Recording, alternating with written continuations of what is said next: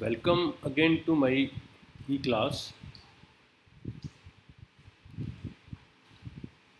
निर्देश तंत्र की इस श्रृंखला में हमने पिछले 2 लेक्चर्स में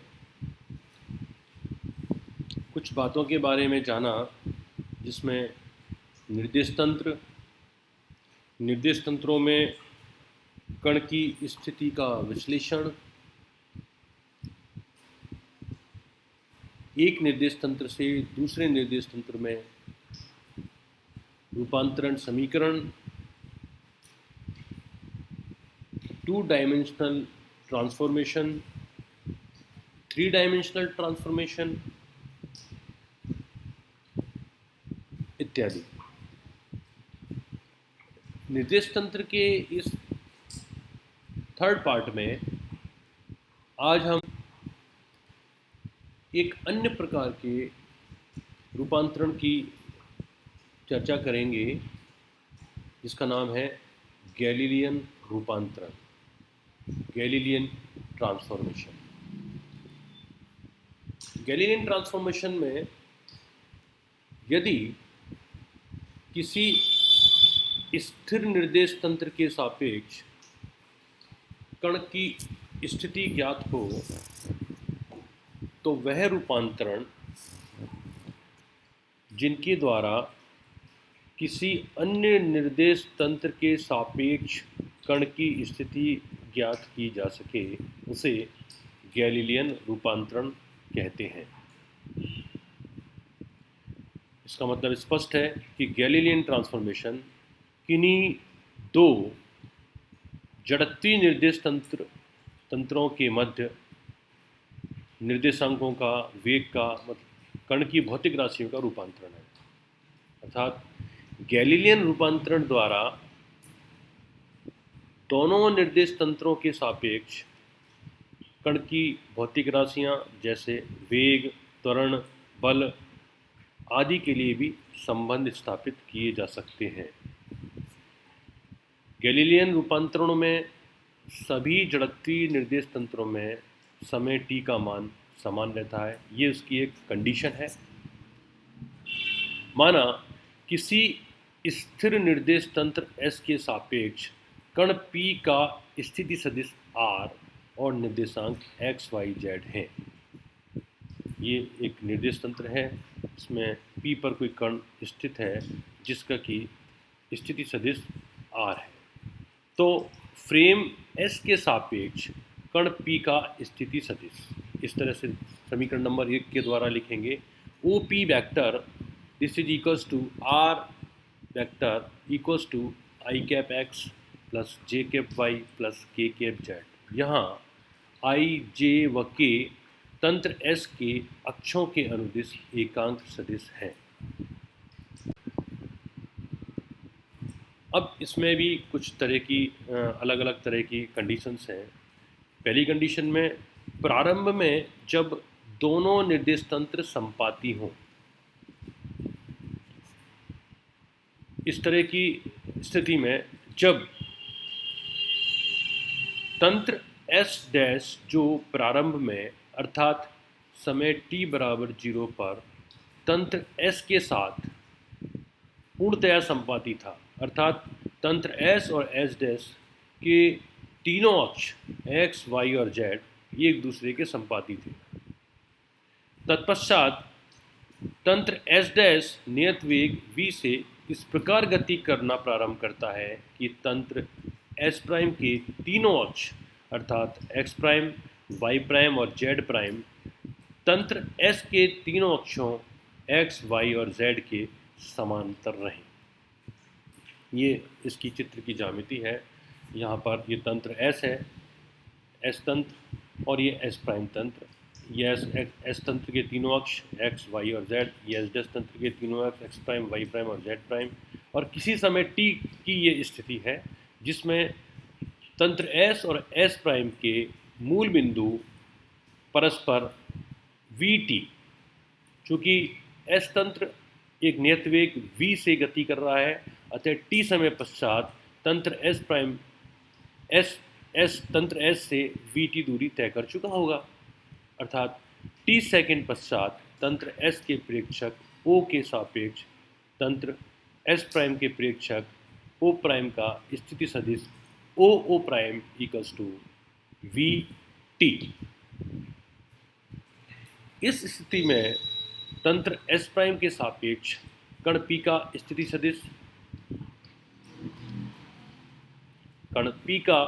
सदिश O प्राइम है, O prime P, this is equals to R prime और this is equals to I x dash plus J y prime plus K Z prime. समीकरण नंबर 2। त्रिभुज O प्राइम और P में prime और P में vector के नियम से OP equals to O prime plus O prime P, अर्थात R equals to VT plus R prime. Therefore R prime equals to R minus VT। समीकरण 3 कण की स्थिति सदिश का गैलीलियन रूपांतरण समीकरण कहलाता है।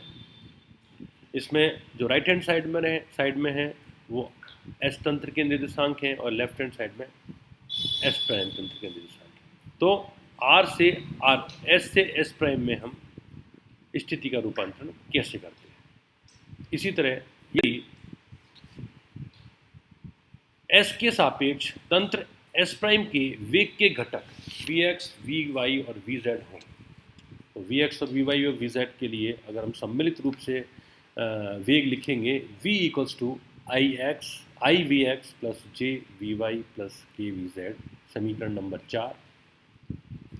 समीकरण नंबर 1, 2 व 4 के मान समीकरण 3 में रखने पर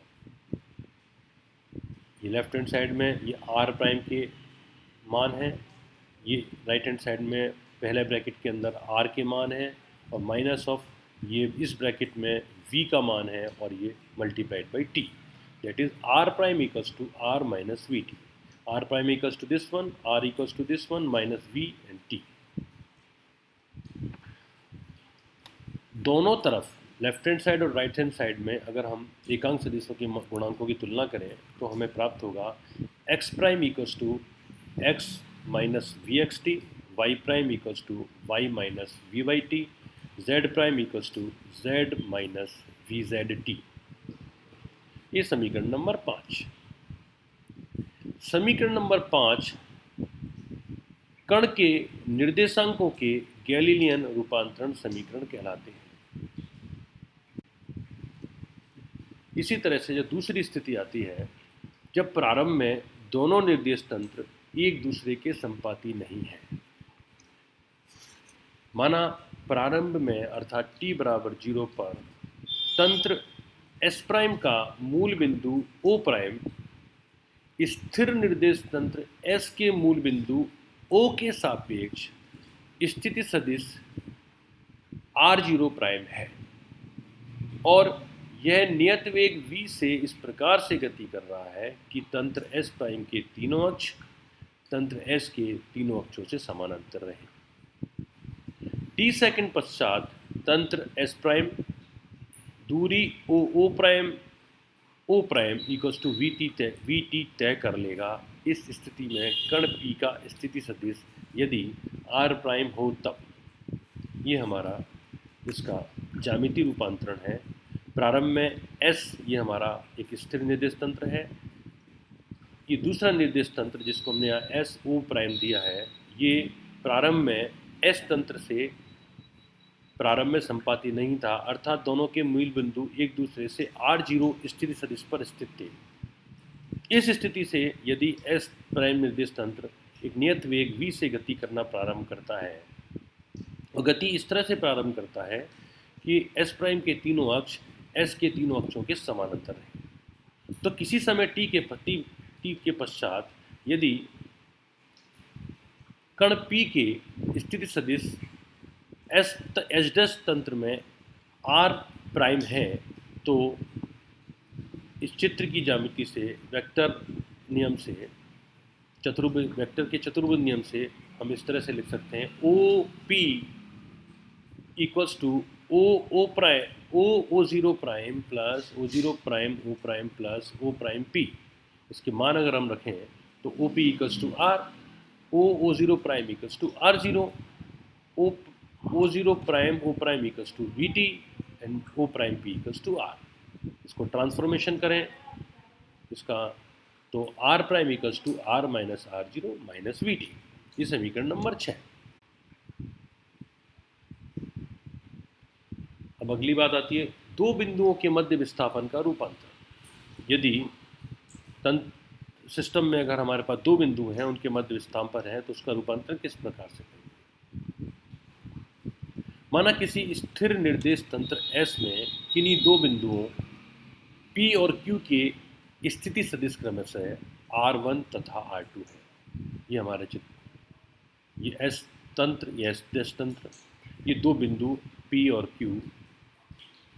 Q के स्थिति सदिश S तंत्र में R1 और R2 है, और S प्राइम तंत्र में इनके R1 प्राइम और R2 प्राइम हो जाते हैं। चूंकि निर्देश तंत्र S में इन बिंदुओं के मध्य विस्थापन, दोनों बिंदुओं के मध्य विस्थापन को हम मैथमेटिकली लिखेंगे PQ बराबर D और D बराबर R2 माइनस R1, समीकरण नंबर 7। यदि अन्य गतिशील निर्देश तंत्र S प्राइम में इन बिंदुओं के स्थिति सदिश क्रमशः R1 प्राइम और R2 प्राइम हो, तो स्थिति सदिश के गैलीलियन रूपांतरण समीकरण से R1 prime equals to R1 minus V T, R2 prime equals to R2 minus V T.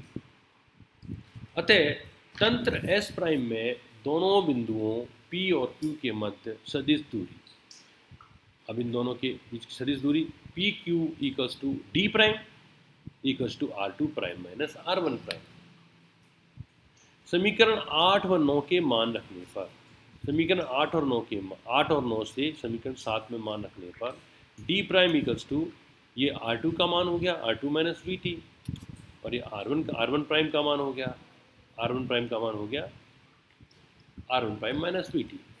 Therefore हमें मिला R2 माइनस R1, so that D1 prime equals to D। समीकरण नंबर 10, समीकरण नंबर 10 से यह सिद्ध होता है कि एक समान नियत वेग से गतिशील निर्देश तंत्रों में दो बिंदुओं के मध्य विस्थापन अचर रहता है। स्पष्ट है कि गैलीलियन रूपांतरण में दो बिंदुओं के मध्य विस्थापन या सदिश दूरी अचर रहती है। इसे विस्थापन का गैलीलियन निश्चरता का नियम भी कहते हैं।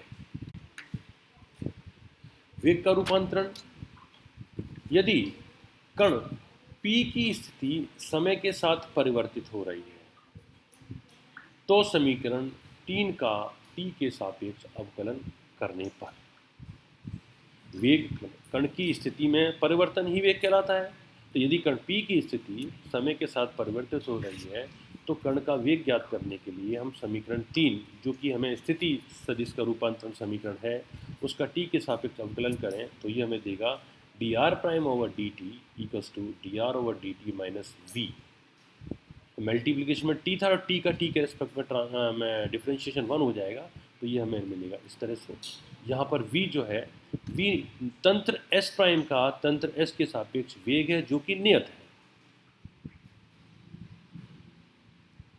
Therefore, V prime equals to V minus P, जहाँ लेफ्ट हैंड साइड में dr prime over D T तंत्र S प्राइम में कण का वेग, लेफ्ट हैंड साइड में dr ओवर डी टी तंत्र S में कण का वेग माइनस ऑफ V। समीकरण नंबर 10। चूंकि गैलीलियन रूपांतरण में समय t निश्चर रहता है, अतः V प्राइम तथा V क्रमशः S प्राइम तथा यहाँ S प्राइम तथा S में कण के वेग है। त्वरण का रूपांतरण करने के लिए हमें या तो समीकरण नंबर 3 को 2 बार डिफरेंशिएट करें, या समीकरण नंबर 10 को समय t के सापेक्ष अवकलन करें, तो ये हमें देगा dv prime over D T equals to dv over D T minus capital में d capital V over t। क्योंकि v नियत है, तो इसका t के रेस्पेक्ट में डिफरेंशिएशन 0 हो जाएगा। अंततः हमें राशि प्राप्त होगी dv prime over dt equals to dv over dt। और dv प्राइम ओवर dt वेग में परिवर्तन की दर dv प्राइम ओवर dt, तो ये s प्राइम के अंदर कण का त्वरण है, ये तंत्र s में कण का त्वरण है, therefore a prime equals to a prime तथा a क्रमशः s प्राइम तथा s तंत्र में कण की वेग है। तो समीकरण 11, चूंकि दोनों ही तंत्रों में कण के त्वरण समान प्राप्त होते हैं, अतः इसे हम त्वरण का गैलीलियन रूपांतरण समीकरण भी कहते हैं, या त्वरण का गैलीलियन निश्चलता नियम कहते हैं।